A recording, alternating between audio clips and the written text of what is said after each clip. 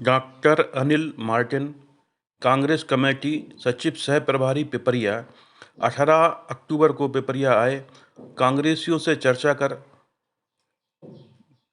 कमलनाथ जी का मंतव्य यहाँ बताया कि वह छिंदवाड़ा जिले के बगल में यह जिला पड़ता है, यहाँ की सीट उन्हें निश्चित ही जीत करनी है।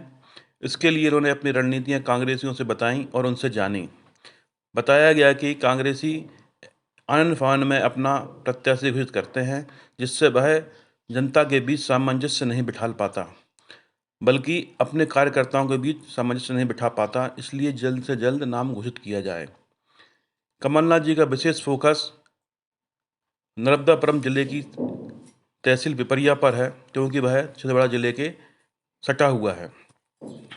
इसके बाद अनिल मार्टिन जी से भाजपा की महंगाई, किसानों को ना उपलब्ध होने वाला यूरिया और उनकी रणनीतियों पर चर्चा की गई कि वह प्रदर्शन क्यों नहीं कर पा रहे हैं। उन्होंने राहुल गांधी की कुछ विशेष बातें यहाँ साझा की।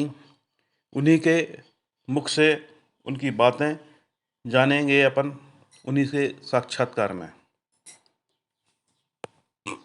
हो सकता है नेटवर्किंग बनाइए, जोड़िए, सोशल मीडिया तक लिमिट मत रखिए। यहाँ पर सोशल मीडिया बना, लेकिन उसके बहुत से कम फॉलोवर्स हैं, ज़्यादा फॉलोवर्स बनाइए। आजकल सब जगह बन जाता है। जितना हो सके लेटेस्ट टेक्नोलॉजी का हमको उपयोग करना है, और जो हमसे बन सकेगा मैं आपकी बात ये कमलनाथ जी तक पहुँचाऊँगा। जो आवश्यकता पड़ती दिन और रात, कभी भी मेरा टेलीफोन नंबर है, आप मुझे मैसेज कीजिए, मैं आप लोगों के लिए उपलब्ध रहूँगा। जय हिंद, जय भारत।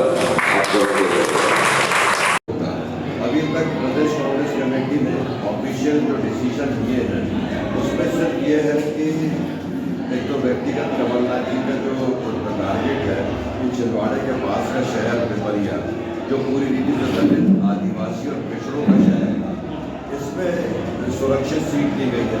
तो ये सीट बहुत आसानी से कांग्रेस के पक्ष में आना चाहिए।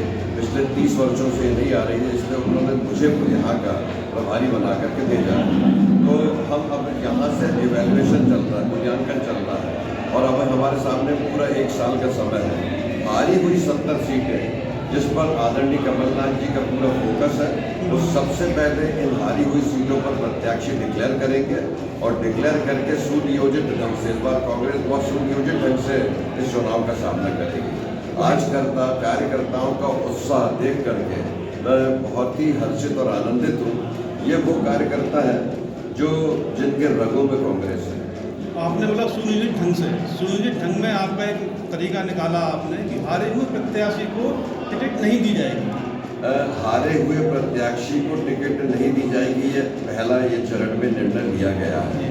लेकिन अगर उस हारे हुए प्रत्याशी के साथ में नेटवर्किंग में उनका समर्थन मिलता हुआ दिखेगा तो पार्टी अपने स्तर पर निर्णय बदल भी सकती है। अभी पिपरिया में सर्वे जारी किया गया है, उसमें 4 नाम आए हैं। हरीश बेमन जो कि हारे हुए हैं, बीरेंद्र मेलवंशी जी, धर्मेंद्र नागवंशी जी, और एक कोई लिया मेरा। देखिए, उसमें मैं सिर्फ यहाँ का प्रभारी बन करके उन लोगों की बातों को देखने आया। निर्णय लेना प्रदेश प्रभारी और आदरणीय कमलनाथ जी के हाथ के जो प्रदेश अध्यक्ष उनके द्वारा से होगा।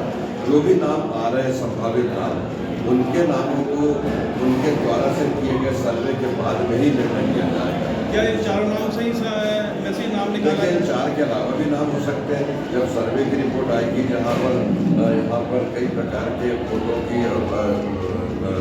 संख्या में अलग अलग परिवर्तन है, तो जिसका जहाँ पे ज़्यादा प्रभाव होगा उसको प्राथमिकता। एक अलग से प्रश्न पूछना चाहूँगा कि कांग्रेस जो है आक्रामक कब होगी? क्योंकि पहले देखा जाता था कि महंगाई के मुद्दे पर विपक्ष जो सत्ता पक्ष में है, विपक्ष में रहने पर काफ़ी आक्रामक होकर प्रदर्शन करते थे, पर कांग्रेस वो उतना प्रदर्शन नहीं कर पा रही है। देखिए, इस समय में कांग्रेस पूरी रीति से आक्रामक हो गई है। आदरणीय राहुल गांधी जी की यात्रा देख लीजिए।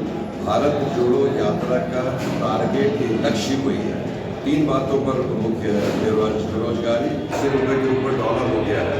GDP बोल रहे हैं 6.8 है, लेकिन वो गिरता चला जा रहा है। महंगाई का स्तर बढ़ता, वही तो मैं बोल रहा हूँ। किसानों के लिए कर्ज कर्ज माफी के लिए आदरणीय कमलनाथ जी ने सरकार बनने के एक हफ्ते के अंदर निर्णय लिया था कि सारी कर्ज माफी की जाए, लेकिन भाजपा ने उस निर्णय को बदल दिया।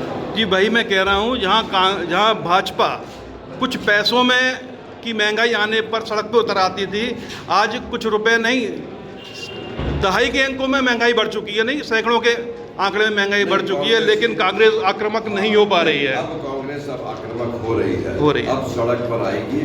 और ये जो आज की जो मीटिंग थी, आज जो जज्बा था कांग्रेस के कार्यकर्ताओं का, वो इसी बात का प्रमाण था कि आने वाला समय अब देखिएगा ये लोग सब हम उन बातों को जनता के बीच में जरूर ले जाएंगे जिन बातों के कारण से गुमराह करके भाजपा ने आज तक वोट लिया है और नफरत की राजनीति फैलाई। किसानों की बात करें तो किसानों को दो बार से यूरिया नहीं मिल पा रहा है। यहाँ पर किसानों के लिए आप खड़े होते हैं, लेकिन किसानों की सुविधाओं के लिए आप क्या करेंगे? हमारी सरकार नहीं है, यूरिया नहीं मिल रहा तो भाजपा के कारण। आपकी सरकार नहीं है। किसानों को आज जो लाभ मिल रहा था, उनके जो उनका मूल्य है वही मूल्य नहीं मिल पा रहा। अब मूल्य तो जब मिलेगा जब फसल पैदा होगी। अब फसल पैदा करने के लिए यूरिया ही नहीं मिल पा रहा है। यहाँ तो पैदावार तो खैर हो रही है, लेकिन उनको उनकी फसल का मूल्य नहीं मिल रहा है। पैदावार हो रही है साहब, लेकिन यूरिया नहीं मिल पा रहा है। यहाँ सबसे बड़ी समस्या ये है। इसके लिए आप अपने कार्यकर्ताओं से बोलिए, सड़कों पे उतरें और सरकार से निवेदन करें, आवेदन करें, ज्ञापन दें कि भाई किसानों के लिए यूरिया उपलब्ध कराएं। कार्यकर्ताओं ने रेत उत्खनन के लिए लगातार अभी शुरू कर दिया है कि जहाँ पर अवैध रीति से रेत उत्खनन हो रहा है उनको रोकने का काम कर रहे हैं। अब किसानों की मांग लेकर के जा रहे हैं। यहाँ के अध्यक्ष, ब्लॉक अध्यक्ष और जो बूथ अध्यक्ष हैं, सारे लोग मंडलों वाले मिल करके अब इसी तरीके से हम इन बातों को सामने ला रहे हैं। हाँ, ये जरूर है, हम इस बात को एक्सेप्ट करते हैं कि उनकी जो एडवर्टाइजमेंट करने की जो नीतियाँ हैं भाजपा की, वो हमारी कांग्रेस में कमी है। हम उनकी बुराइयों को सामने नहीं ला पा रहे हैं जो उनकी भ्रष्ट। कहीं ना कहीं आप ये मान रहे हैं कि आप सत्ता पक्ष के अच्छे खिलाड़ी थे, विपक्ष के खिलाड़ी अच्छे नहीं हैं। अब ये तो क्या है कि एक संभ्रांत और सभ्य, मर्यादा विहीन नहीं है, पूर्ण पार्टी है, जिसके कारण से हमको अपनी मर्यादा में रहना पड़ता है। जी, धन्यवाद।